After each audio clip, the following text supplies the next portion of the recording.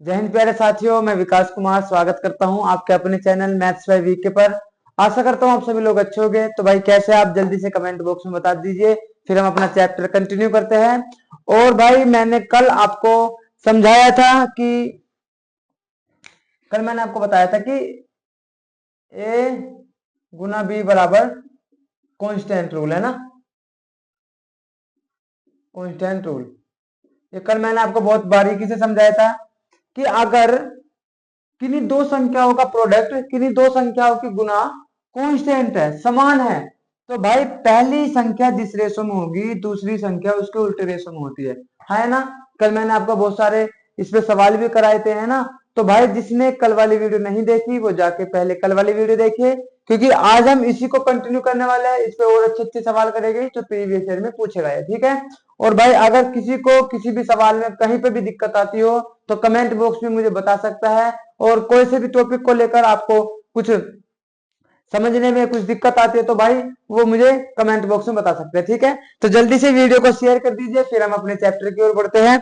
इस पे मैंने आपको बहुत सारे सवाल बताए थे कल भी। तो देखिए ए गुना बी बराबर कांस्टेंट है। अगर दो संख्या का प्रोडक्ट अगर कांस्टेंट है, समान है, कोई सी भी दो संख्या हो सकती है। मैंने कल भी आपको लिखवाया था कि देखो खर्चा बराबर जो होता है, खर्चा बराबर क्या होता है बताओ। खर्चा बराबर होता है कीमत गुना खपत, कीमत गुना खपत। और मैंने बताया था डिस्टेंस बराबर क्या होता है, स्पीड गुना टाइम। मैंने कल आपको लिखवाया था ना इस पे ऊपर। और बताओ क्या क्या क्या हो सकता है। देखो टैक्स बराबर क्या होता है, टैक्स, इनकम टैक्स जो होता है, टैक्स बराबर क्या होता है। इनकम टैक्स कैसे कलेक्ट करते हैं भाई सरकार, इनकम इनकम टैक्स कैसे कलेक्ट करते हैं। देखो अगर किसी की आय पर टैक्स लगता है ना, अगर किसी की आय पर टैक्स लगता है तो टैक्स कैसे कलेक्ट होता है भाई। देखो टैक्स कैसे कलेक्ट होता है कि income, total income, total income, total income गुना टोटल इनकम। जितना परसेंट टैक्स लगा है ना, जितना परसेंट टैक्स लगा है उसे गुना कर देते हैं इनकम में। तो क्या लिखा आ जाता है, टोटल टैक्स, टोटल टैक्स है नहीं, कितना कितना टैक्स, कितना टैक्स सरकार ले रही है। तो भाई टोटल इनकम, टोटल इनकम में क्या गुना कर देते हैं, टोटल इनकम में गुना कर देते हैं जितने परसेंट, जितने परसेंट टैक्स सरकार ले रही है, यानी कि rate of, rate of, rate of income tax, income tax, ठीक है ना। इनकम टैक्स समझ में आ रहा है। तो देखो यहाँ भी तो दो संख्याओं का प्रोडक्ट, दो संख्याओं का प्रोडक्ट है और ये टोटल टोटल टैक्स दिया है।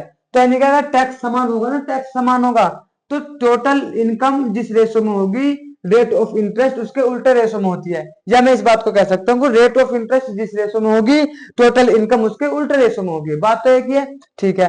देखो दूसरा, अगर देखो कोई मिश्रण है, कोई मिश्रण है, अगर कोई मिश्रण में पानी भी है और दूध भी है, या पानी भी है या और शुगर भी है ना, चीनी, चीनी और चीनी का और पानी का शरबत मान लो, है ना।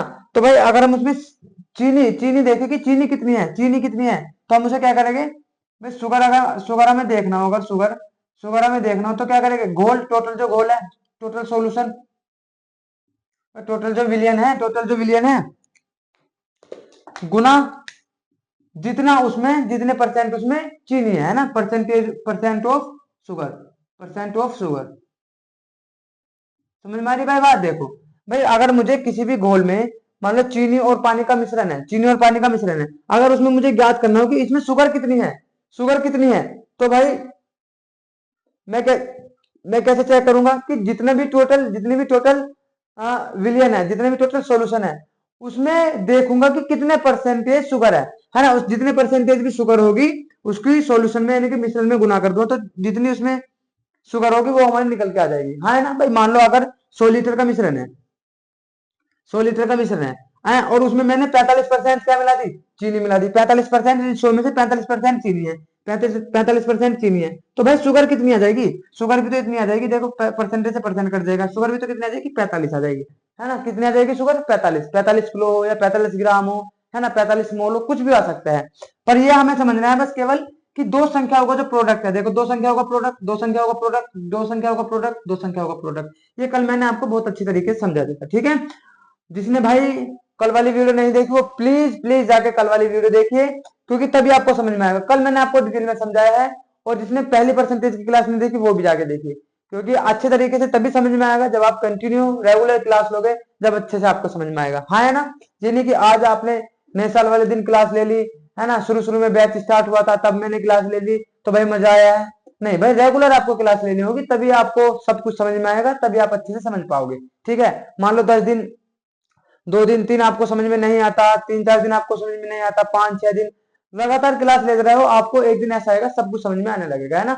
10 दिन के बाद आप अपने आप में इंप्रूवमेंट देखोगे कि हाँ भाई जो भैया पढ़ा रहे हैं वो सच में, आप जब एग्जाम में सवाल करोगे तो आपको सवाल अच्छे से बनेंगे, या आप टेस्ट में सवाल दोगे आप पर आपको अच्छे से इंप्रूवमेंट अपने आप में देखने को मिलेगा। ठीक है, चलो करते हैं सवाल, इसी को हम कंटिन्यू कंटिन्यू रखते हैं।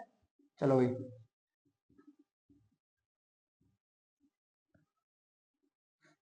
देखो भाई सवाल में क्या लिखा है कि तेल का मूल्य 20% तक बढ़ जाता है, किंतु इसकी खपत 18.1/3% कम हो जाती है। इस पर व्यय में कितने प्रतिशत की वृद्धि अथवा कमी हुई, बताओ भाई।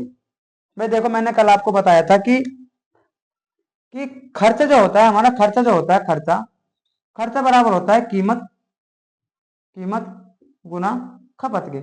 भाई जी खपत क्या है, खपत हमें अच्छे से समझाओ खपत क्या होता है। भाई खपत एक तरीके से हमारी जरूरत है, ये जरूरत होती है। खपत जो होती है ना, जितना हम यूज करते हैं वो हमारी खपत होती है। ठीक है, यानी कि खर्चा जो होगा, मान लो 1 किलो चीनी की कीमत जो है 50 रुपए है ना। 1 किलो चीनी की कीमत कितने रुपए, 50 रुपए है। और खपत जो है, खपत यानी कि हमारी जरूरत है, हमें जरूरत है कितने की, 5 किलो की। तो हमारा टोटल खर्चा कितना हो जाएगा, यानी कि 1 किलो चीनी 50 की और हमें चाहिए कितनी, 5 किलो, 5 kg चाहिए हमें, तो टोटल कितना हो जाएगा, 250 रुपये। खर्चा कितना हो जाएगा टोटल, 250 रुपये।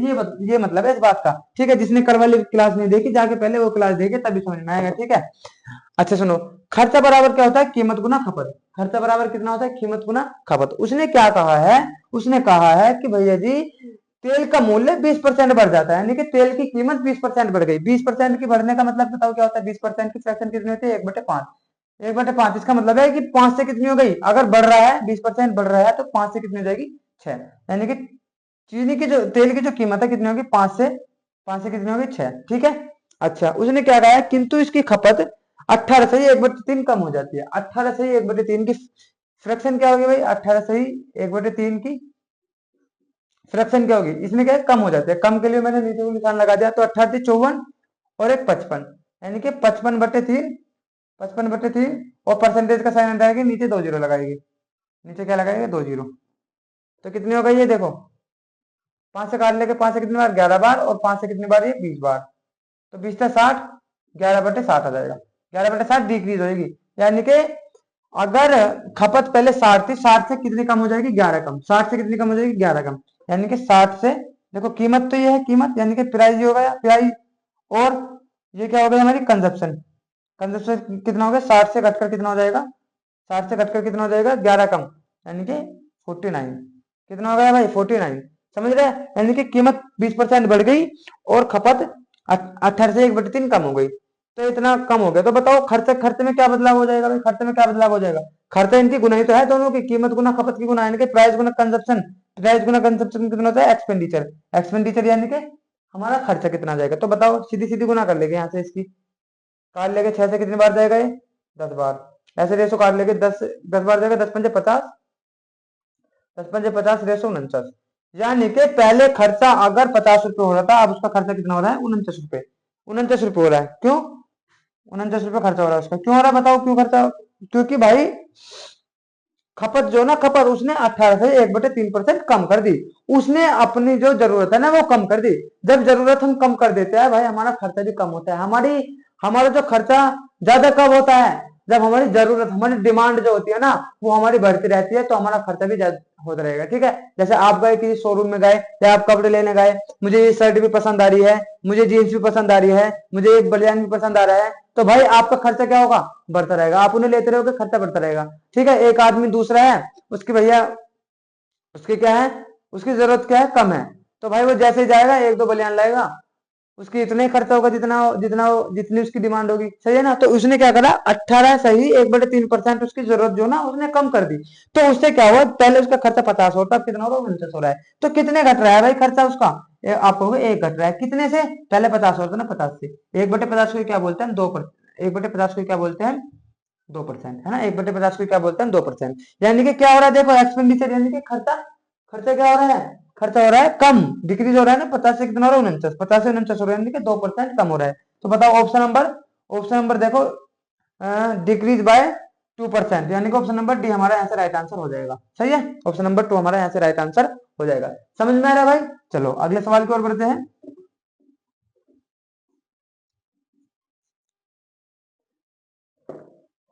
अगले सवाल में क्या लिखा है? अगले सवाल की ओर बढ़ते हैं।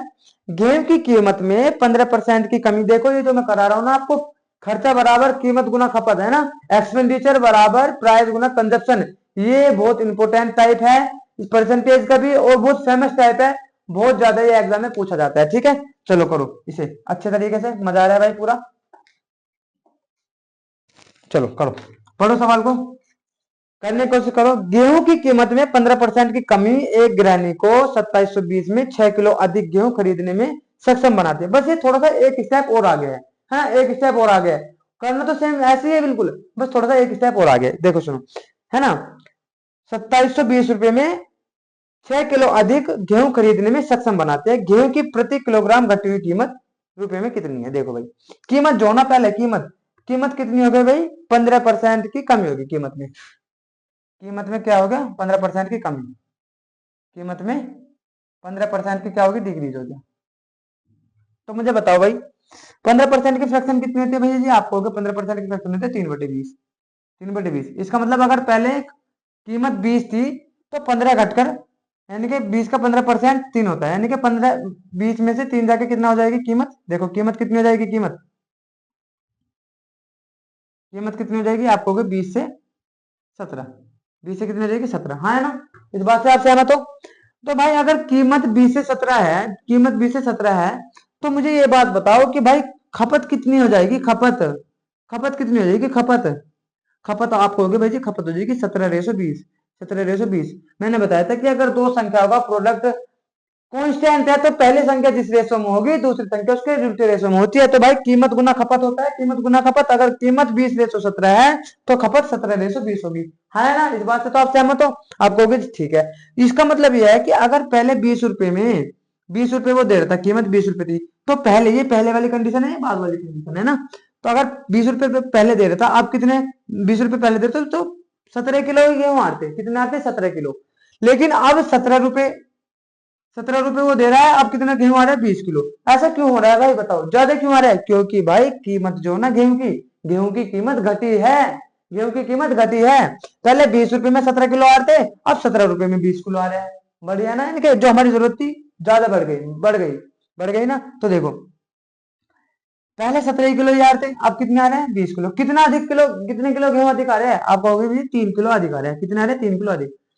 हमारे हिसाब से तो 3 किलो अधिक आ रहे हैं। सवाल में पढ़ो, सवाल में क्या लिखा है? सवाल में लिखा है गृहिणी को 2720 रुपए में 6 किलो अधिक गेहूं खरीद रहे, यानी कि 3 किलो की वैल्यू कितनी थी? 6 किलो। 3 किलो की वैल्यू कितनी है? 6 किलो, यानी कि 2 गुना, 2 गुना, यानी कि 2 गुना। तो भाई 17 किलो, 17 किलो नहीं आते गेहूं, कितने आते? ये भी 2 गुना हो जाएगा, और ये भी 2 गुना हो जाएगा। पहले जो गेहूं आते ना, 17 दूनी 34, 34 किलो गेहूं आते पहले। ये हो गया पहले वाली कंडीशन, पहले 17 किलो, ये पहले किलो, यानी 17 दूनी 34, 34 किलो गेहूं आते पहले, 34 kg। कितने आते? 34 किलो। और ये कितना हो जाएगा? 20 दूनी 40। अब कितने, अब कितने किलो गेहूं वाले? 40 किलो, 40 kg। क्यों बताओ मुझे क्यों? क्योंकि कीमत घटी है ना। जब कीमत घटेगी तो ऑटोमेटिकली, ऑटोमेटिकली जो हमारी खपत होगी, जो हमारी जरूरत होगी, हमें ज्यादा मिलने लगेगा, है ना। अगर आप 50 रुपए किलो चीनी लेकर आ रहे हो, है ना, 50 रुपए की 1 किलो चीनी लेकर आ रहे हो, तो मुझे एक बात बताइए, अगर कीमत, कीमत घट गई चीनी की, अगर चीनी की कीमत घट गई, मान लो 40 रुपए किलो चीनी हो गई, तो क्या 50 रुपए में अब भी 1 किलो आएगी? नहीं, अब ज्यादा आएगी। अब हमारी जो खपत है वो ज्यादा हो जाएगी। तो इसी तरीके से पहले अगर 34 किलो, 34 किलो गेहूं आ रहे थे ना, अब कितने आ रहे हैं? 40 किलो आ रहे हैं। 34 किलो गेहूं आ रहे थे, अब 40 किलो आ रहे हैं। तो देखो 6 किलो हो गए ना, 6 किलो बढ़ गए। उस सवाल में भी क्या कहा है उसने? 6 किलो गेहूं अधिक आ रहे हैं। लेकिन ये पहले का और ये अब, ये वर्तमान है, वर्तमान कीमत है गेहूं की। तो मुझे बताओ 34 किलो, 34 किलो आ रहे थे पहले, उसने क्या कहा है? कितने रुपए में? 2700, उसने कितने कहा? 2720 में, 2720 में 34 किलो आ रहे थे। 1 किलो चावल की, 1 किलो चावल की कीमत बतानी है, तो 2720 2720 अपॉन कितना हो जाएगा 34। 2720 अपॉन 34। पहले कितने थे चावल, पहले कितने चावल थे भाई, यानी कि 1 किलो चावल पहले कितने के थे वो बताना है हमें। तो देखो यहाँ से कितना आ जाएगा, देखो 17 दूनी 34 और 17 एकम 17, 17 छिक्का 102, 17 एकम 17, तो ये कितना हो जाएगा 10 है, तो 17 छिक्का 102, 160। तो 2 से कितने बार जाएगा 80 रुपए किलो। पहले 1 किलो जो 1 किलो चावल थे ना वो 80 रुपए के थे, पहले 1 किलो चावल कितने थे 80 रुपए के। 1 किलो चावल आप देखो कितना आएगा 40 है, ये 40 है, 40 है। तो अब 1 किलो चावल कितना आएगा 2720 अपॉन 40, 2720 अपॉन 40। तो बताओ तो 4 से काट लेगा, 4 7 28, 4 4 7 28, नहीं 4 6 24, 4 6 24, और यहाँ पे कितना हो जाएगा भाई ये 4 6 24, और जो 3 32, 4 68 रुपए किलो। तो 68 रुपए किलो हो जाएगा। देखो ये तो पहले वाली कीमत है और ये बाद वाली अब वाली कीमत है 68 रुपए किलो, यानी कि वर्तमान। मैंने आपको दोनों ही निकाल के बता दिया है, मैंने आपको दोनों ही निकाल के बता दिया। पहले पहले 1 किलो चावल 80 रुपए के आते थे, अब 1 किलो चावल कितने का आ रहा है 68 रुपए के। समझ में आ रही है बात। तो उसने कहा घटी हुई कीमत बताओ, तो भाई घट की कीमत अब आएगी क्या, अब वाली कीमत बताओ, अब वाली कीमत कितनी है वर्तमान वाली। मैंने आपको पहले वाली भी निकाल के बता दिया, क्योंकि बहुत से सवालों में पहले वाली भी पूछ सकता है। पहले 1 किलो चावल कितने के आते थे 80 रुपए के, अब 1 किलो चावल कितने का आ रहा है 68 रुपए के। समझ में आ रही है भाई बात, ठीक है, अच्छे लग रहे हैं सवाल। तो भाई यही लेवल पूछा जाता है, यही यही हमें एग्जाम में करने होते हैं, ठीक है। ये मैंने आपको करके बताया, इसलिए थोड़ा बहुत टाइम लगता है, लेकिन सवाल में कुछ भी नहीं होता। जल्दी से फटाफट करके 3 की वैल्यू 6, तो 17 की वैल्यू 34, 20 की वैल्यू 40, अब वाली पूछी है उसने, तो केवल हमें अब वाली लेनी है ना। तो 40 को डिवाइड कर, 40 से डिवाइड कर देंगे 2720 को, बस हमारा सीधा 68 हमारा निकल कर आ जाएगा, ठीक है। चलो ये मैंने पूरा डिटेल में समझाया, अगला सवाल देखते हैं हम कितनी जल्दी करेंगे, ठीक है। चलो अगले सवाल की ओर बढ़ते हैं।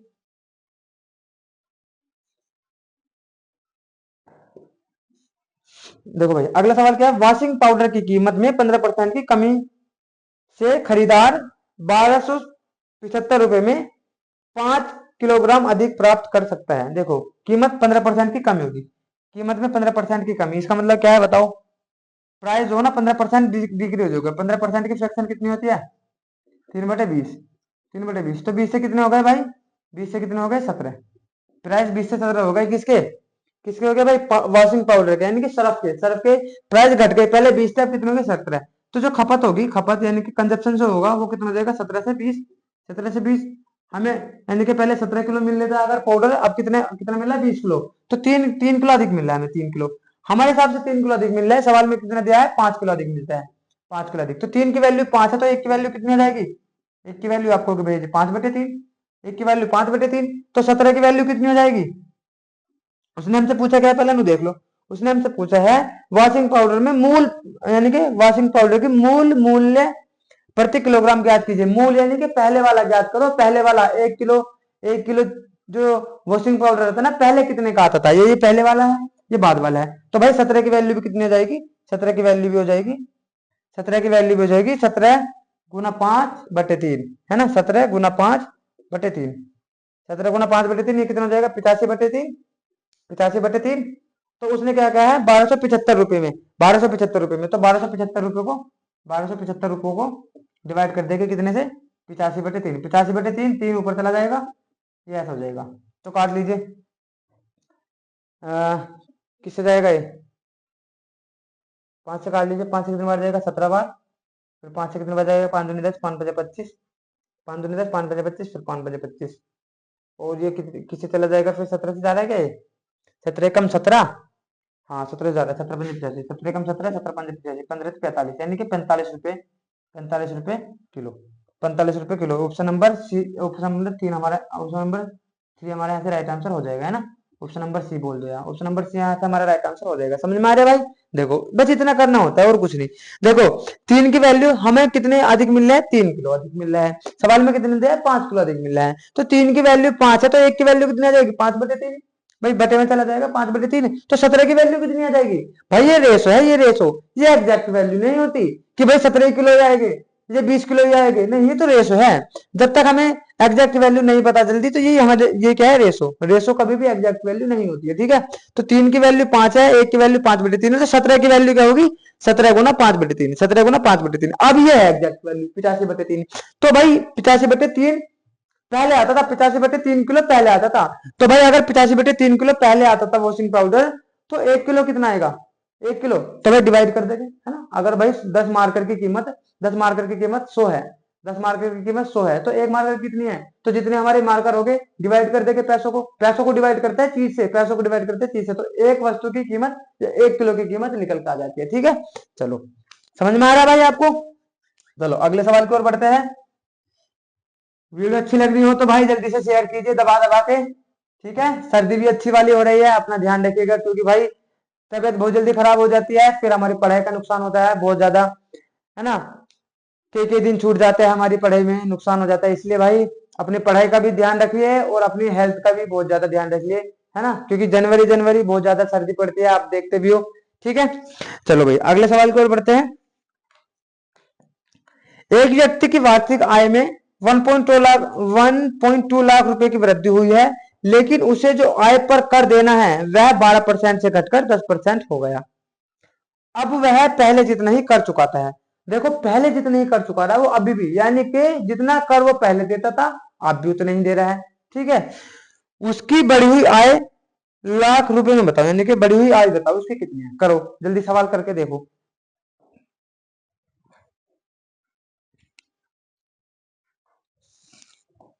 देखो भाई मैंने आपको पहले बताया था, देखो इनकम टैक्स जो होता है ना, टैक्स टैक्स जो होता है ना, टैक्स टैक्स बराबर होता है इनकम।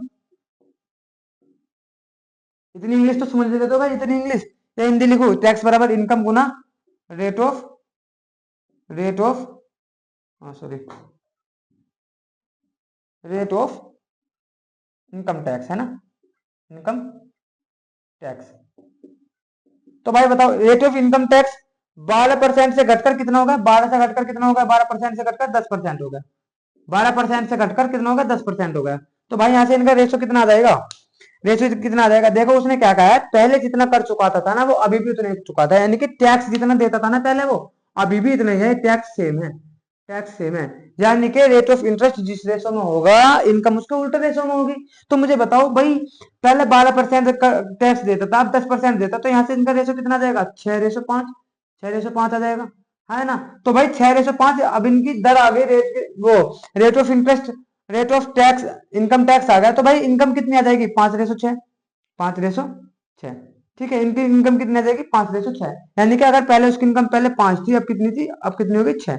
तो उसने क्या कहा है, एक व्यक्ति की वार्षिक आय 1.2 लाख रुपए में वृद्धि होगी, यानी कि देख कितनी वृद्धि होगी, आप कहोगे भैया जी आप एक वृद्धि होगी हमारे हिसाब से, एक कितनी वृद्धि होगी, एक, यानी कि एक की वैल्यू कितनी है, 1.2 लाख, 1.2 लाख कितने गुना है, 1.2 लाख। उसने क्या कहा है, उसकी बढ़ी हुई आय, बढ़ी हुई आय यो है, बढ़ी हुई आय कौन सी इसकी हो, पहले 5 थी अब 6 है, तो बढ़ी हुई आय कौन सी है, ये वाली है। तो भाई ये भी कितना हो जाएगा, 1.2 गुना, तो वार्षिक 72 से 1.2 लाख। समझ में आ रहा है भाई, 7.2 लाख, यानी कि ऑप्शन नंबर बी ऐसे राइट आंसर हो जाएगा। आ रहा है अच्छे समझ में, नहीं आ रहा तो भाई कमेंट बॉक्स में बताओ, अगर नहीं आ रहा आ रहा है तो जल्दी से कमेंट बॉक्स में थम्स अप लिखिए, और नहीं आ रहा तो भाई जी बता दीजिए, कमेंट बॉक्स में लिख दीजिए कि यहाँ से भाई जी मुझे ये वाला सवाल समझ में नहीं आया, ठीक है। लिखना जरूर है, पर आ रहा हो आपको समझ में या नहीं आ रहा हो पर कमेंट में लिखना जरूर है, उससे क्या होगा मैं समझ जाऊंगा कि आपको अच्छे से समझ भी आ रहा है या नहीं समझ में आ रहा है। अगर नहीं समझ में आ रहा हो तो मैं और आपको अच्छी तरीके से बताने की, एक्सप्लेन करने की कोशिश करूंगा, ठीक है। आपको बताना जरूर है पर। चलो अगले सवाल की ओर बढ़ते हैं।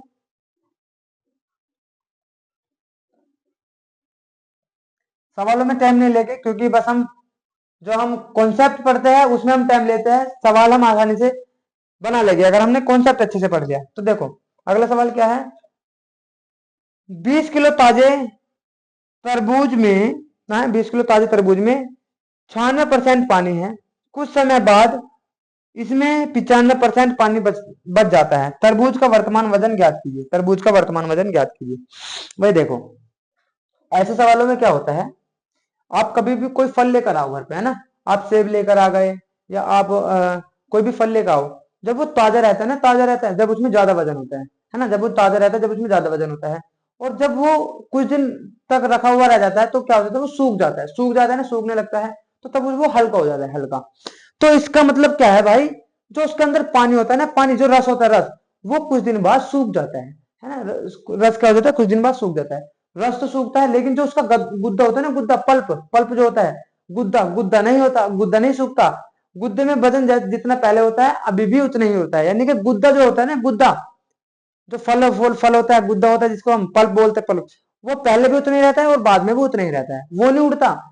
पानी तो उड़ जाएगा, सूख जाएगा, धूप सूख लेगी, कुछ भी हो जाएगा, लेकिन जो गुद्दा होगा ना, उसका जितना पहले होगा उतने बाद में। यानी कि ऐसे सवालों में हम क्या करते हैं, फलों का जो गुद्दा होता है ना, फलों का जो पल्प होता है, उसको कांस्टेंट कर देते हैं बस, है ना। तो देखो उसने क्या कहा है, 20 किलो ताजे तरबूज में 96% पानी है। तो भाई 20 किलो, देखो यहाँ पे क्या लिख देता हूं मैं, गुद्दा, गुद्दा बराबर कांस्टेंट। भाई हमारी लैंग्वेज में तो सब गुद्दा ही बोलते हैं, जो मोटा मोटा होता है, जो तरबूज का जो ऊपर वाला बक्कल होता है, या और भी कुछ रस से अलग जो भी बचता है ना, उसको तो भाई हम गुद्दा बोलते हैं या पल्प बोलते हैं इंग्लिश में। लेकिन देखो अगर इसमें गुद्दा कांस्टेंट रख देगा, यानी कि गुद्दा पहले केस में जितना होगा ना, उतना ही दूसरे केस में होगा। तो 20 किलो ताजे तरबूज में 96% पानी होता है। तो भाई 20 किलो ताजे तरबूज में 96% पानी है, तो गुद्दा कितना है, 96% पानी है।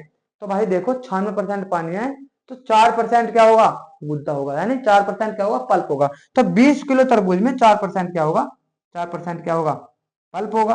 फिर उसने क्या कहा है, कुछ समय बाद इसमें 95% पानी बचता है। तो अब हमें नहीं पता कि कितना वजन है उसमें, कुछ समय बाद हमें नहीं पता कितना है, लेकिन हम अपनी तरफ से मान लेंगे एम है ना, M, M kilo, M kilo वजन बचा। उसमें क्या है, अब 95% पानी है, यानी कि 1% पानी धूप ने सूख लिया या सूख गया, कुछ भी हो सकता है, यानी कि 1% पानी क्या हो गया, सूख गया। तो अब 95% जब पानी है, तो अब कितना गुद्दा बच रहा है 95% में, बताओ मुझे। 100% होता है हमेशा, 95% पानी है, तो 5% क्या होगा, गुद्दा होगा। ये दोनों क्या हो जाएगा, बराबर, है ना, दोनों क्या हो जाएगा, बराबर हो जाएंगे। ये पहले केस में, ये दूसरे केस में कुछ समय बाद वाली कंडीशन है। तो दोनों ही केस में क्या होगा, जो पल्प होता है वो बराबर होता है, दोनों केस में पल्प बराबर होता है। देखो हमें 96% पानी दिया था, यानी कि 100 में से 96% हटा जाएगा तो 4% क्या होता है, गुद्दा। और देखो 95% पानी दिया था, 95% में से 100% में से 95% हटा देंगे तो 5% क्या बचेगा, गुद्दा बचेगा। तो अब उसने पूछा वर्तमान, अब बताओ उसमें, अब बताओ कितने किलो है फल वे। तो भाई यहाँ से निकाल लेंगे एम की वैल्यू, परसेंट से कर जाएगी, 5 से कितने बार जाएगा, 4 बार। तो एम बराबर कितना आ जाएगा, 16, 16 किलोग्राम, यानी कि 16 किलोग्राम बचे अब ये तरबूज जो है, 16 किलोग्राम वजन बचा उनमें। कितना बचा, 16 किलोग्राम, लाया कितना था, 20 किलोग्राम, ठीक है। क्यों, क्योंकि क्यों हो गया वो, 1% जो ना उसका पानी सब तरबूजों का सूख गया है, इसलिए वजन कम हो गया, ठीक है। चलो अगले सवाल की ओर बढ़ते हैं। ये ध्यान रखना है, ऐसे सवालों में जो गुद्दा होता है ना, पल्प, उसको कांस्टेंट बनाना है, बनाना होता है बस। चलो बराबर रखना होता है बस कांस्टेंट गुद्दे को।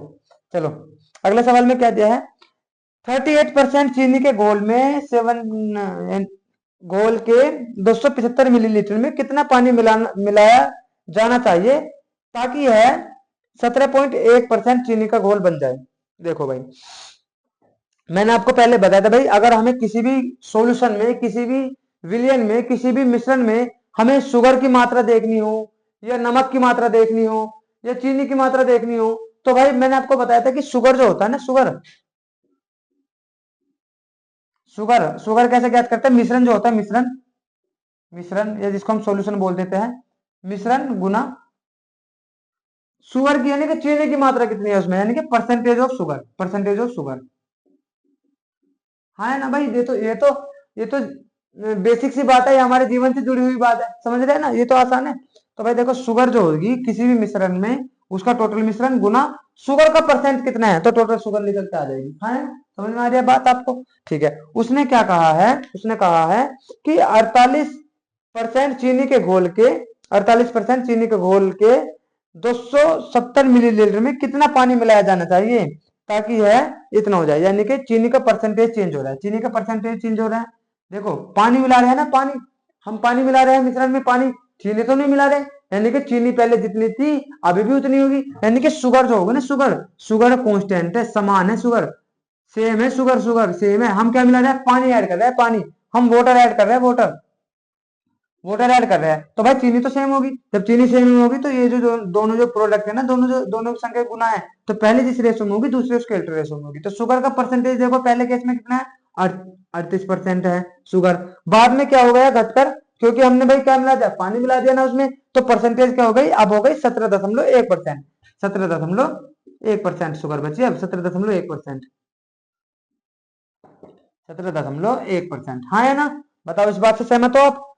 ठीक है भाई, यहाँ से आप इनका रेशो ले लीजिए। यहाँ से इनका रेशो कितना आ जाएगा, आप कहोगे जी भाई परसेंटेज से परसेंटेज कट गई, तो देखो 19 दूनी 38 और 19 निमे 171, यानी कि 0.9। 19 निमे 171, समझ रहे हैं आप? 19 निमे 171, देखो पॉइंट क्या होगा, ऊपर लग जाएगी 1 जीरो, यानी कि 20/9। शुगर का परसेंटेज कितना आएगा, 20/9। रेशो है शुगर के परसेंटेज का रेशो। तो भाई मिश्रण का रेशो क्या आ जाएगा, मिश्रण का रेशो बताओ, उसका उल्टा, यानी कि 9:20। 9:20। बताओ इतनी बात समझ में आ रही है आपको? यानी कि पहले जो मिश्रण था, पहले कितना था, 9 लीटर था, अब यानी कि 9 मिलीलीटर या 9 लीटर मान लो, है ना। अब कितना होगा, 20 हो गया। क्यों हो गया 20? ये मुझे बताओ क्यों हो गया भाई? इसलिए हो गया क्योंकि हमने पानी ऐड किया है। पानी क्या है, ऐड किया है। बताओ कितना पानी ऐड हो गया भाई, 9 से 20 हो गया मिश्रण, 9 से 20 हो गया, यानी कि 11 लीटर पानी ऐड हो गया। कितना हो गया लीटर, 11 लीटर पानी ऐड हो गया, 11 लीटर। 11 लीटर उसने क्या कहा है, लीटर नहीं मिलीलीटर में दिया सारी संख्या, है ना। पहले 9 मिलीलीटर था, अब कितना हो गया, 20 मिलीलीटर हो गया। कितने कितना हो गया, 11 मिलीलीटर ऐसे हो गया। तो यानी कि जो भी आंसर होगा 11 का मल्टीपल तो होगा, है ना। जो भी आंसर होगा 11 का मल्टीपल होगा। तो ऑप्शन चेक कर लीजिए, देखिए पहले ऑप्शन दिया है 330, ये 11 का मल्टीपल है, ठीक है। दूसरा दिया 300 मिलीलीटर, ये 11 का मल्टीपल नहीं है। तीसरा दिया है 243, 11 दूनी 22, और ये भी नहीं है, तीसरा भी नहीं है। और चौथा कितना दिया है, चौथा दिया है 285, 11 दूनी 22, और ये कितना हो जाएगा 6, ये भी नहीं। यानी कि ऑप्शन नंबर एक ही ऐसा है जो 11 का मल्टीपल है, यानी कि 330। 330 इस तरीके से भी कर सकते हैं, या टोटल हम वैसे भी कर सकते हैं पूरा। देखो 9 की वैल्यू कितनी दी है, 270 मिलीलीटर, है ना। पहले जो मिश्रण है उसने कहा है 270 मिलीलीटर में, यानी कि 9 की वैल्यू कितनी दी है, 270 मिलीलीटर। कितने गुना है, 30 गुना है। तो भाई 11 की वैल्यू भी कितनी हो जाएगी, 30 गुना हो जाएगी। 11 थे 33, 330। इस तरीके से भी आप कर सकते हैं, कोई दिक्कत नहीं है, ठीक है। समझ में तो आ गया ना आपको? हाँ है ना। जल्दी से थम्स अप भेज दीजिए कमेंट बॉक्स में।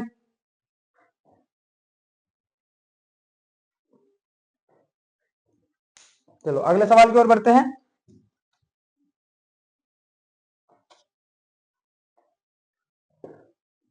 अगले सवाल में क्या दिया है, चीनी तथा पानी के घोल में जो कि 28 लीटर है, देखो घोल 28 लीटर है, उसमें 26.4% चीनी है।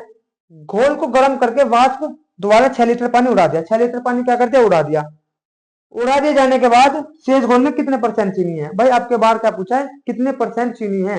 यानी कि देखो मैं ऐसे कर रहा हूं, मिश्रण जो है ना, देख शुगर बराबर क्या होता है, सोल्यूशन, यानी कि मिश्रण गुना परसेंटेज ऑफ शुगर। शुगर, तो देखो सॉल्यूशन कितना कितना है, पहले पहले कितना था, 28 लीटर। सॉल्यूशन पहले कितना था, 28 लीटर। अब 6 लीटर पानी क्या हो गया, उड़ा दिया, वाष्प बना के क्या करते हैं, उड़ा दिया। यानी कि 22 में 28 में से 6 गए तो कितना बचा, 22। तो यहाँ से रेशो कितना जाएगा इनका, बताओ। यहाँ से रेशो कितना जाएगा सोल्यूशन का, यहाँ से आ जाएगा 14:11। 14 कितना जाएगा, 11। तो भाई जब 14:11 सोल्यूशन का रेशो, तो शुगर का परसेंटेज कितनी आ जाएगी, 11:14। उल्टा हो जाएगा इसका, हाँ है ना, उल्टा हो जाएगा। तो पहले 11 थी, अब कितने हो गए, 14। लेकिन पहले उसने कितनी दी है, 26.4। तो 11 की वैल्यू कितनी हो गई, 26.4%।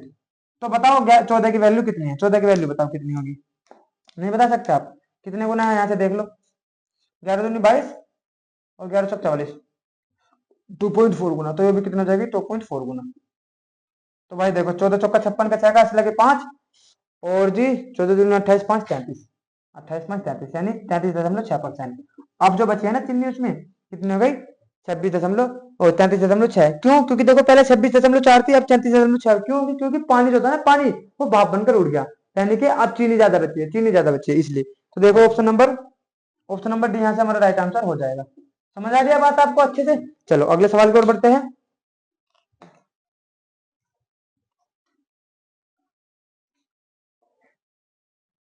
अगले सवाल में क्या दिया है, यदि पपीते की कीमत में 40% बढ़ जाती है, पपीते की कीमत 40% बढ़ जाती है, तो पपीते की खपत में कितने परसेंट की कमी की जानी चाहिए, ताकि पपीते का पपीते पर होने वाला खर्चा यानी कि व्यय 10% कम हो जाए। देखो मैंने आपको पहले ही बता दिया था कि भाई खर्चा जो होता है ना, खर्चा खर्चा बराबर कितना होता है, कीमत गुना खपत, कीमत गुना खपत। भाई ये बताओ अभी तक आपको ये फॉर्मूला याद हुआ है नहीं हुआ है? मैं इसको भाई 20 बार लिख चुका हूँ, है ना, 20 बार लिख चुका हूँ। बताओ ये आपको समझ में आया नहीं अभी? तो खपत खपत कैसे निकालेंगे यहाँ से? खपत बराबर क्या हो जाएगा? खपत बराबर आप कहोगे भाई जी खर्चा बटे कीमत, खर्चा बटे कीमत, है ना। बताओ यार अगर मैं यहाँ से खपत निकालूंगा तो कीमत जो बटे में चली जाएगी खर्चे के। तो उसने क्या कहा है, बस हमें खपत ही तो ज्ञात ज्ञात करनी है, खपत ही तो ज्ञात करनी है। उसने क्या कहा है कि कीमत 40% वृद्धि होगी।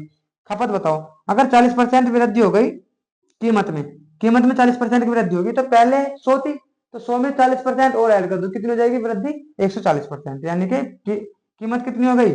कीमत कितनी हो गई पपीते की? 140%। सही है। उसने क्या कहा है बाद में, देखो खर्चा यानी कि व्यय, व्यय जो ना 10% कम हो जाता है, व्यय 10% कम यानी कि 90% हो जाता है। तो यहाँ से बताओ ये तो देखो खपत की पहली वैल्यू वैल्यू आ जाएगी, ये अब आ जाएगी, तो परसेंट से परसेंट कट जाएगी, एक जीरो से एक जीरो कट जाएगी, यानी कि 9/40, वो सॉरी 9/14, है ना, 9/14, 9/14। यानी कि पहले 14 थी, अब कितनी बची? 9। पहले 14 थी, मैंने बताया था ये क्या होती है, बेस वैल्यू होती है। अब कितनी बची? 9। कितनी कम हो गई? आपको होगी जी भाई 5 कम हो गई, 5 कम हो गई 14 में से। अब पहले 14 थी, अब 9 बची, कितनी कम हो गई? 5। तो 5/14, 5/14 कितना होता है बताओ? 1/14 क्या होता है? 1/14 भाई आपने अपनी फ्रैक्शन याद करी है नहीं करी है, जो मैंने आपको शुरू में लिखवाई थी सबसे शुरू की क्लास में?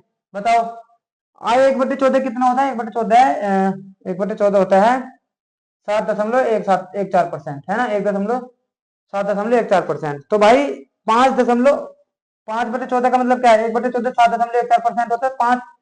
5/14 यानी कि इसका 5 गुना ही तो होगा, 5 गुना, तो 7×5 = 35, 14×5 = 70, तो 37.5% हो जाएगा, 37.5%। तो भाई देखो 37.5%, ऑप्शन नंबर डी यहाँ से हमारा राइट आंसर हो जाएगा, है ना। समझ आ रहा है आपको अच्छे से? चलो अगले सवाल की ओर बढ़ते हैं। ये भी इंपोर्टेंट है, ये भी इंपोर्टेंट है भाई, देखो ये भी इंपोर्टेंट है, बहुत ज्यादा पूछा जाता है, क्योंकि वे वाले तो आपने समझ लिए होगे, लेकिन जो खपत ये होती है ना, खपत खपत में कितने परसेंट की कमी हुई या वृद्धि हुई, ये ज्यादा इंपोर्टेंट है, क्योंकि इसमें एक एक स्टेप और एक्स्ट्रा करना होता है सवाल। चलो अगले सवाल की ओर बढ़ते हैं।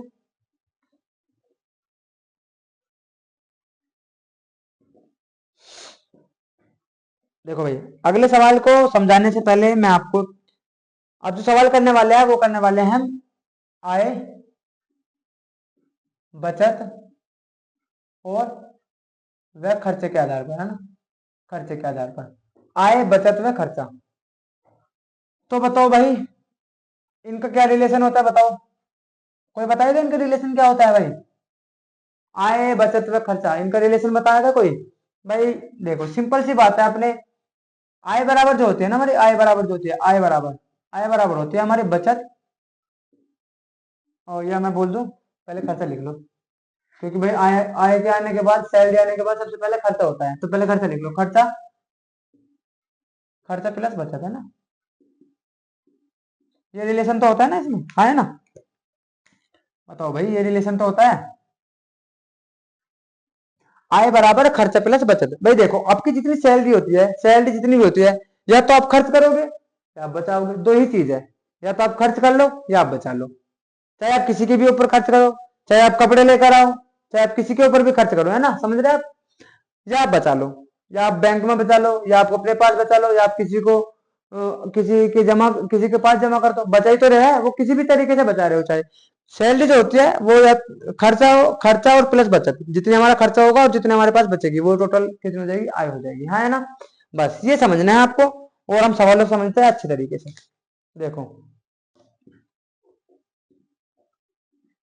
सवाल में क्या दिया है, भवानी अपनी आय का भवानी अपनी आय का 68% खर्च करती है, उसकी आय 15% बढ़ जाती है। देखो इसने क्या कहा है, ये बात ध्यान से सुनना भाई, ध्यान से जो मैं बताने वाला हूं।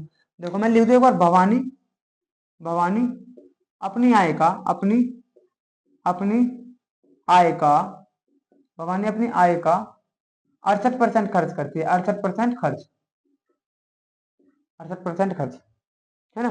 तो भाई देखो इस बात को समझना है, 68% खर्च करती है, तो देखो जो परसेंटेज के पास वाला होगा नहीं, जो परसेंटेज के पास होगा, देखो परसेंटेज के पास क्या है? आय है, परसेंटेज के पास क्या है, आय है। तो 68% की फ्रैक्शन क्या होगी, 68% की फ्रैक्शन आपको होगी भैया 68/100 है ना, 68/100।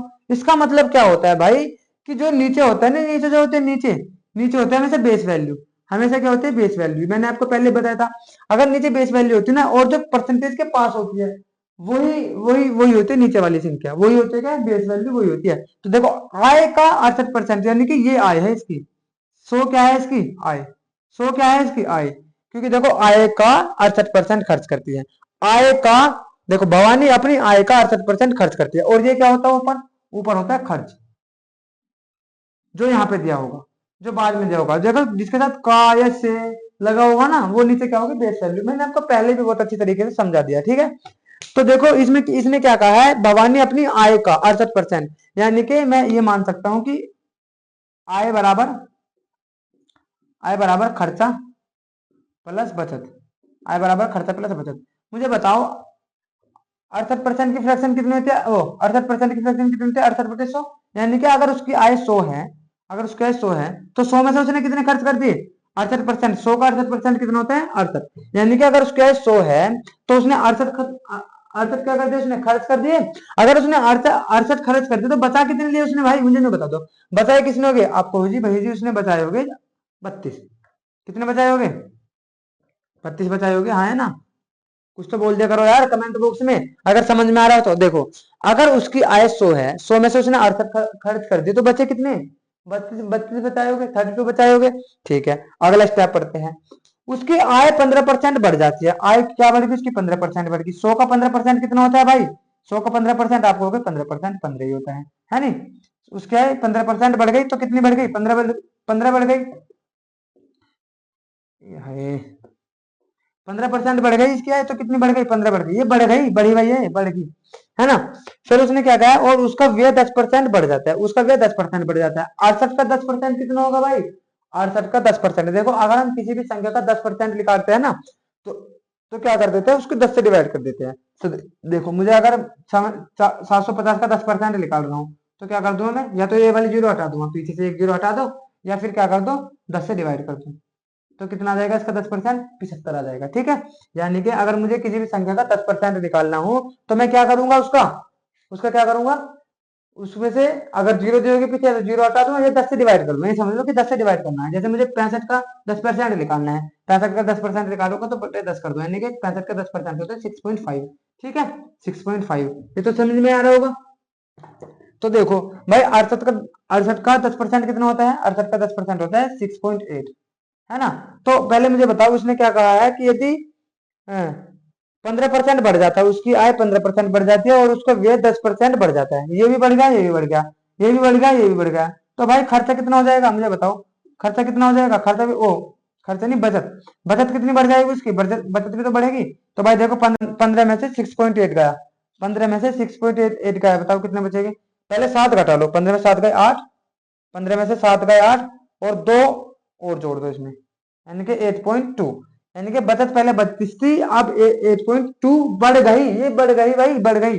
तो भाई बढ़ गई कितने में, 32 में, तो 8.2 इंटू 32 वो बटे 32 गुना में 100। इसने बचत का परसेंटेज तो पूछा, कितने परसेंट बढ़ गई बचत, तो बताओ, यहां से काट लीजिए, 4 से काट लीजिए, 4 4 अट्ठे 32, 4 से कितनी बार जाएगा, 25 बार, ठीक है। तो बताओ 25 अट्ठे 200, और 25 दूनी 50, 205, 205 बटे 8, 8 से काट लेगा 8, 8 दूनी 16, और फिर ये कितना बचा 45, 8 पंजे 40, तो 25, 25 कुछ आ जाएगा। तो देखो ऑप्शन नंबर बी हमारा राइट आंसर हो जाएगा, ऑप्शन नंबर बी हमारा आंसर राइट आंसर हो जाएगा, 25 के समथिंग आएगा ना। देख लो इस तरीके से भाई, देखो आय कितनी बढ़ गई, 15% बढ़ गई, खर्चा कितना बढ़ गया, 6.8% बढ़ गया, तो भाई बचत भी तो बढ़ेगी, बचत भी तो बढ़ेगी, तो बचत कितनी होगी, आय में से खर्चे को माइनस कर देंगे, आय में से खर्चे को माइनस कर दे कितना बचेगी, बढ़ जाएगी बचत 8.2, 8.2 बढ़ जाएगी, कितने में बढ़ जाएगी, 32 में बढ़ जाएगी, तो 32 नीचे आएगा, गुना में 100, कितना आ जाएगा, हमारे बचत का परसेंटेज आ जाएगा, ठीक है, जो बड़ी है। चलो अगले सवाल की ओर बढ़ते हैं।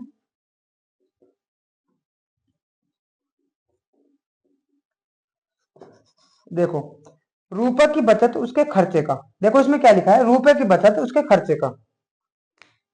बचत जो है ना, बचत उसके खर्चे का, उसके खर्चे का, खर्चे का कितना है, 16% है, 16%। अब देखो ये नीचे क्या आएगा, नीचे क्या आएगी, खर्च आएगा, आपके पास 16% की फ्रैक्शन कितनी होती है, 16% की फ्रैक्शन होती है भाई 16/100 कह दो, या 4 से काट लो, 4 चौक 16 और 4 से कितनी बढ़ जाएगा 25 बार।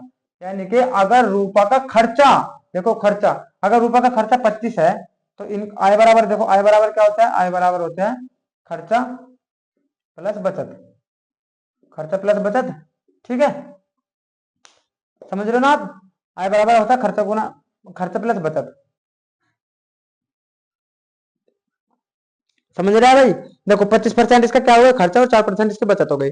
लेकिन देखिए हम इसे भी मान सकते, कोई दिक्कत नहीं, लेकिन हमें ये मानना ज्यादा अच्छा रहेगा, क्योंकि उसमें उसने आगे सवाल में क्या क्या है कि उसके खर्चे में 10.5% की वृद्धि होती है, और 25 का 10.5% हम निकालेंगे तो उसमें हम फंस जाएंगे, लेकिन 100 का 10.5% हम आसानी से निकाल सकते हैं। तो भाई मैं ये वाली लूंगा।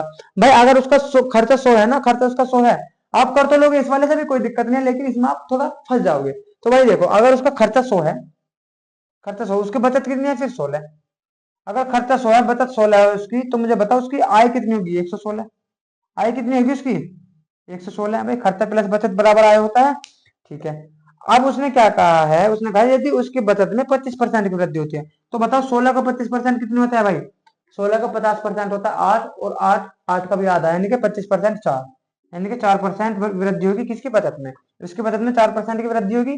और उसने क्या कहा है, उसकी व्यय में 10.5% की वृद्धि होती है, यानी कि खर्चे में 10.5%, 100 का 10.5% कितना होता है, 10.5, 100 का 10.5, तो उसकी आय, आय में कितनी वृद्धि हो जाएगी, 10.5 और 4, ये कितना हो जाएगा 14.5, 14.5 की वृद्धि हो जाएगी, कितने में, 116 में, 116 में। तो 14.5 की वृद्धि हो जाएगी कितने में, 116 में, ठीक है, 14.5 की वृद्धि हो जाएगी 116 में। ये हमारा क्या आय है, आय 14.5 की वृद्धि हो जाएगी 116 में, ठीक है, इसे सोल्व करो। तो भाई देखो 14.5 की वृद्धि 116 में हो जाएगी, पॉइंट हटाएंगे, एक जीरो लगा देंगे, तो देख लीजिए आप, ये लगभग 29 है, 29 पंजे 145, और 29 चौका 116, हाँ। या आप 5 से काट लीजिए, अगर आपकी नहीं समझ में आ रहा है तो 5 से काट लो, 5 दूनी 10, और जो 5 45 अपॉन 5 से काट लो, 5 दूनी 10, 5 दूनी 10 कितने हो गए 16, 5 15, 5 15 और फिर 5 दूनी 10, 132, 29/132, 29/132, और ये देख लो लगभग लगभग 5 गुना नहीं, लगभग लगभग 8 गुना है, देखो 29 अट्ठे होता है 232, 29 अट्ठे 232, कैसे, देखो 29 गुना 8, तो देखो 8 दूनी 16, 160, और 8 में 72, तो देखो 2, 3 और 2, 232 हो गया ना, 29 सत्ते 232, यानी कि 1/8 आ जाएगा, 1/8, 1/8, 1/8 हो जाएगा ना, 1/8, 1/8 की फ्रैक्शन कितनी होती है, मैंने आपको बताया था 12.5%, यानी कि उसकी जो आय होगी ना 12.5% बढ़ जाएगी, ठीक है, आया समझ। चलो अगले सवाल की ओर बढ़ते हैं, अगला सवाल करो। ऑप्शन नंबर इसमें कितना हो जाएगा, ऑप्शन नंबर डी यहाँ से राइट आंसर हो जाएगा। चलो अगले सवाल की ओर बढ़ते हैं।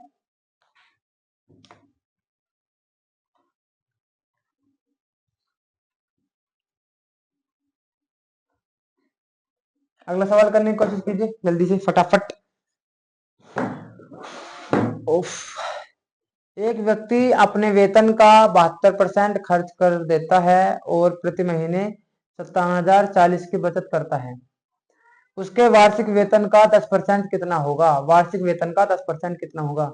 जल्दी कीजिए इस सवाल को फटाफट, बहुत आसान सवाल है। 72% खर्च कर रहा है, तो मुझे बताओ बचा कितना रहोगा, बचा रहा होगा वो 28%, ठीक है। 28% की वैल्यू कितनी है, 5740 है, 28% की 5740 है, वो आ जाएगी इसकी क्या, उसका आ जाएगा मंथली इनकम आ जाएगी 28% की वैल्यू हम रख देंगे 5740 के बराबर, जितने गुना आएगा उसकी 100 में गुना कर देंगे, वो आ जाएगी उसकी मंथली, मंथली इनकम आ जाएगी, ठीक है। मंथली इनकम आने के बाद उसने पूछा हमसे वार्षिक वेतन बताओ इसका, तो 12 से क्या करते हैं, गुना कर देंगे। या आप ये भी चेक कर सकते हैं कि जो भी आंसर होगा 12 का मल्टीपल होगा, है ना, जो भी आंसर होगा वो क्या होगा, 12 का मल्टीपल होगा। तो देखो 12 का यानी कि 12 का मल्टीपल होगा तो 3 का भी मल्टीपल होगा, तो पहला ऑप्शन भी 3 से कट रहा है, दूसरा भी, तीसरा नहीं कट रहा 3 से, और 8 4 12 3, ये भी नहीं कट रहा, यानी कि दो शुरू के दो ऑप्शन तो देख, शुरू के दो ऑप्शन है, दो बाद के दो ऑप्शन तो हमने पहले ही काट दिए। ठीक है, इस सवाल को आप आसानी से कर सकते हैं, इसमें से या तो ए ऑप्शन आएगा या बी ऑप्शन आएगा, करके देखिए, हो जाएगा आराम से। ठीक है, अगला सवाल करते हैं। अगला सवाल क्या लिखा है, किसी व्यक्ति का मासिक वेतन 50,000 है, वह अपने वेतन का 40% घरेलू खर्च पर, 25% किराए पर और 15% परिवहन पर खर्च करता है, और शेष राशि की बचत करता है। उसकी वार्षिक बचत कितनी है? वार्षिक बचत बतानी उसकी कितनी है, मुझे बताओ वार्षिक बचत। ठीक है, इस सवाल को करेंगे। देखिए ये सवाल दो तरीके से बनता है, एक तो देता है जैसे इसमें लिखा है कि वह अपने वेतन का 40% घरेलू खर्च पर, ठीक है 40% घरेलू खर्च पर, फिर लिखा है 25% किराए पर। यहाँ पर शेष शब्द नहीं आ रहा, शेष शब्द नहीं आ रहा। देखो एक सवाल तो बनता है शेष वाला, वो भी मैं आपको कराऊंगा, रुके रहो, ठीक है, वो भी मैं आपको कराऊंगा। लेकिन एक तो इसमें बनता है कि वो कह रहा है कि 40% घरेलू खर्च पर, 25% किराए पर और 15% परिवहन पर खर्च करता है। ठीक है, परिवहन पर खर्च करता है। ये तो क्या है, ये तो क्या है कि इसमें शेष शब्द नहीं आ रहा, तो इसको तो डायरेक्ट जोड़ देंगे हम, जोड़ देंगे, और शेष राशि की बचत करता है। देखिए मुझे पता है कि 50,000 क्या है, उसका मासिक वेतन है, 50,000 मासिक वेतन है। तो मुझे बताओ जो 50,000 मासिक वेतन है, उसने क्या कहा है, वह अपने वेतन का 40% घरेलू खर्च पर, 40% घरेलू खर्च पर और 25% किराए पर, 25% किराए पर और 15% परिवहन पर, मैंने 15% ट्रांसपोर्ट पर खर्च करता है। ये सारे खर्च है, खर्च है। तो भाई टोटल खर्च कितना करते हैं उन्होंने अपनी इनकम का, 25 और 40 65 और 5 70 और 10 80, यानी कि 80% उसने खर्च कर दिया कहीं ना कहीं, 80% क्या कर दिया उसने, खर्च कर दिया। तो मुझे बताओ बचा कितना रहा होगा, वो बचा कितना होगा, जो बचा होगा शेष, जो शेष बचा होगा वो बचा रहा होगा, यानी कि 80% खर्च कर दिया। टोटल इनकम कितनी होती है 100%, जब 100% में से 80% उसने खर्च कर दिया, बचा कितना 20%, यानी कि बता रहा है। तो 20% बता रहा है, तो 5,000 का 50,000 का 20% कितना होगा बताओ, 50,000 का 20%, 50,000 का 20% निकालो ना बस अब, 50,000 का 20%, तो 2 जीरो से 2 जीरो कट जाएगी, तो ये कितना हो जाएगा 5 दूनी 10, 10,000। 50,000 का 20% 10,000, ये 10,000 इसकी क्या है, मंथली इनकम है, मंथली। उसने कहा है उसकी वार्षिक बचत कितनी है, वार्षिक बचत, ये 10,000 रुपए एक महीने में बताता है, 10,000 रुपए एक महीने में बचाता है, तो 12 महीने में कितने कमाएगा, बचाएगा, 12 गुना कर दो, तो कितना हो जाएगा 1,20,000, 1,20,000 ऑप्शन नंबर ए हमारा राइट आंसर हो जाएगा। ठीक है, उस पर फोकस करना है ना, उसने हमें बचत पूछी है, तो जो खर्चा है, खर्चा को जोड़ देंगे, कितना होगा खर्चा 80%, 80% खर्च करो तो 20% बचा रहा है अपनी टोटल इनकम का, तो 5,000 का 20% कितना होता है 10,000, मंथली 10,000 रुपये बचा रहा है, तो 12 महीने में कितना बचाएगा, हर महीने 10,000 बचा रहा है, तो 12 महीने में कितना हो जाएगा 1,20,000। ठीक है, वो अगर वहां पे शेष शब्द होता ना कि 40% घरेलू खर्च पर, शेष का 25%, शेष का 25% किराए पर, फिर शेष का 15% परिवहन पर, तब ये और तरीके से होगा। तब हम इसे ऐसे नहीं ऐड कर देते भाई, इसे ऐसे ऐड कर देंगे, तब नहीं ऐसे ऐड करते। ठीक है, तब दूसरे तरीके होगा, उसे भी मैं आपको कराऊंगा। ठीक है, चलो अगले सवाल की ओर बढ़ते हैं। देखिए अगला सवाल क्या दिया है, आयु से एक राशि का 25% बीमा पॉलिसी पर, 26% भोजन पर, 23% बच्चों की शिक्षा पर और 19% मनोरंजन पर खर्च करता है। ठीक है, वह शेष इतने रुपए में जमा करता है, बैंक में जमा करता है, 26,600 रुपये जमा करता है बैंक में। वह भोजन और मनोरंजन पर कुल मिलाकर कुल कितनी राशि खर्च करता है। देखो 25% किस पर, बीमा पॉलिसी है ना, इंश्योरेंस, इंश्योरेंस पॉलिसी पे, इंश्योरेंस पॉलिसी। ठीक है, फिर क्या क्या है, 26% भोजन पर, 26% कितना होगा फूड पर, 26% फूड पर खर्च करता है। 23% बच्चों की शिक्षा पर, 23% एजुकेशन पर, है ना, 23% एजुकेशन पर और 19% मनोरंजन पर, 19% इंजॉयमेंट में खर्च करता है ना। तो मुझे बताओ टोटल कितना खर्च कर दिया उसने, टोटल कितना खर्च कर दिया, आप बताओ मुझे, सबको ऐड कर देंगे, सबको ऐड कर देंगे तो भाई ये कितना हो जाएगा, देखो 5 और 6 11, 11 और 3 14 और 9, 14 9 23 का 3 का 80 लगे 2, 2 2 4 2 6 2 8 और 1 9, यानी कि 93% वो खर्च कर देता है कहीं ना कहीं, 93% कहीं ना कहीं खर्च कर रहा है। तो बचा कहाँ कितना रहा होगा वो 7%, अगर 7% की वैल्यू कितनी दी है उसने 26,600, 26,600 दी है। तो मुझे बताओ अगर 7% की वैल्यू 26,600 है तो उसने क्या कहा है आगे कि वह भोजन और मनोरंजन पर कुल मिलाकर कुल कितना खर्च करता है। तो भाई देखो भोजन पे कितना कर रहा है 26% और इंजॉयमेंट पे 19%। 26 और 19 कितना होता है 45, यानी कि 45% की वैल्यू कितनी है ये बता दो। तो कर लीजिए, 7 से कितने बढ़ जाएगा 7 चौक 28, 7 चौक 28 नहीं 7 छिंग 42, 7 21, 7 21, 5 56, 7 खाते 56, यानी कि 3800। तो ये भी इसकी वैल्यू कितनी देगा 3800। तो कितना आ जाएगा लगभग 1,71,000, 1,71,000। या फिर एक इस तरीके से भी देख सकते थे, इस तरीके से भी आप देख सकते थे। 38 में आता है क्या 19, 38 में क्या आता है 19 गुना 2। तो जो भी आंसर होगा 19 का मल्टीपल होगा, है ना, जो भी आंसर होगा 19 का मल्टीपल होगा। और देखो 19 निम्मा कितना होता है 171। इस तरीके से भी आप कर सकते हैं, ठीक है। चलो अब मैं आपको कराऊंगा एक सवाल शेष वाला, है ना, एक सवाल कराऊंगा शेष वाला। चलो देखो आपकी स्क्रीन पर होगा, सवाल में क्या लिखा है। सविता अपनी मासिक आय का 20% किराने के सामान पर, है ना, किराने के सामान पर शेष आय का, देखो यहाँ पर आ रहा है शेष शब्द, अभी नहीं ऐड नहीं कर देंगे, कभी 20 और 15 ऐड कर दो, नहीं।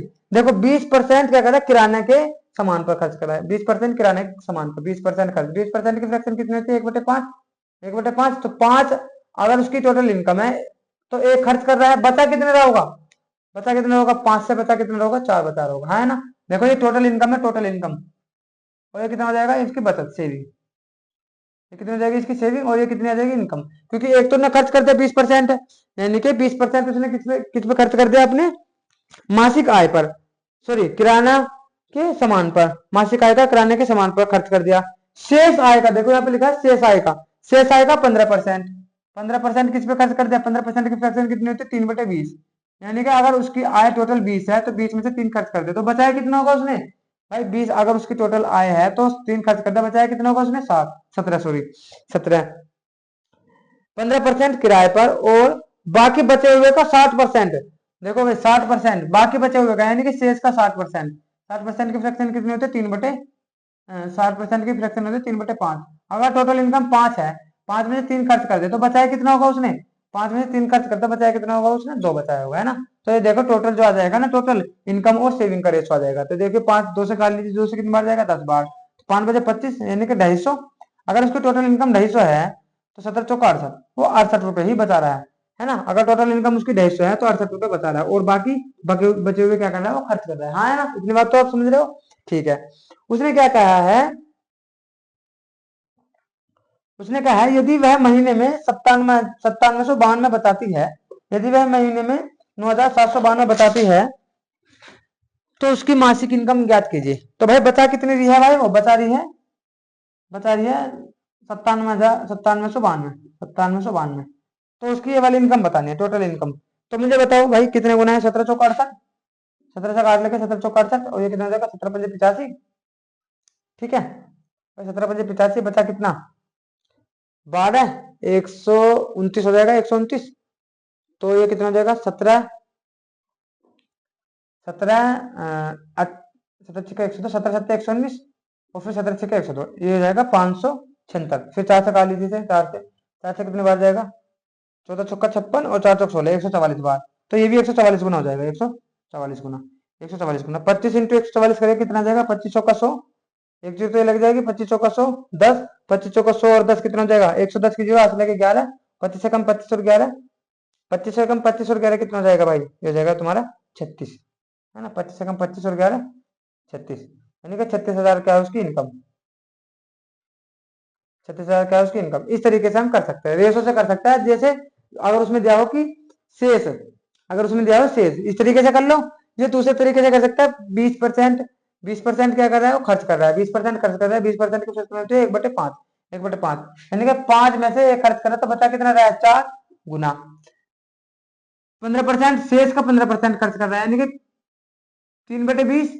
टोटल इनकम कितनी है 20, 20 में से कितने खर्च कर रहा है वो 3 खर्च कर रहा है, तो बचा कितना रहा है 17 गुना। तब भी वही बात होगी, ये भी रेशो है इस तरीके से लिखने का, या तो इस तरीके से लिख लीजिए, इस तरीके से 60% खर्च कर रहा है 3/5, 5 में से 3 खर्च कर रहा है बचा कितना है 2, यानी कि 5 में से 3 खर्च कर रहा है बचा कितना है 2। तो ऊपर तो क्या आएगा इनका गुना, ऊपर तो क्या आएगी इनकी सेविंग आ जाएगी। देखो 5 से कितने बार जाएगा 10 बार, तो देखो कितना आएगा ऊपर आ रहा था 17 चौका 68, और नीचे कितना आ जाएगा 5 बजे 25 यानी कि 250। ऊपर क्या आ जाएगा, इनकी सेविंग, ऊपर इनकी सेविंग आ जाएगी और नीचे क्या आ जाएगी, इनका इनकम आ जाएगी। तो भाई इस तरीके से कर लीजिए आप या इस तरीके से कर लीजिए। चलो कैसे लगे आपको ये सारे क्लासेस, ये सारे सवाल, जल्दी बताओ कैसे लगे आपको ये सारे सवाल। मैंने आपको बढ़िया बढ़िया अच्छे अच्छे लेवल के सवाल कराए हैं, तो जल्दी से बताइए आपको कैसी लगे। ठीक है भाई, तो वीडियो कैसी लगी जरूरत से बताइएगा। ठीक है, अगर आपको अच्छे से समझ में आ रहा है तो कमेंट बॉक्स में थम्स अप जरूर भेज देगा, और ज्यादा से ज्यादा वीडियो को शेयर कीजिए जितना हो सकता है। ठीक है भाई, अपने भाई की वीडियो। और अगर आपको कुछ भी समझ में ना आए, कोई भी डाउट, किसी भी तरीके का डाउट हो, जरूर कमेंट बॉक्स में जरूर बताइएगा। मैं कोशिश करूंगा आपको और अच्छे से समझाने की। ठीक है भाई, तो मिलते हैं कल। जय हिंद।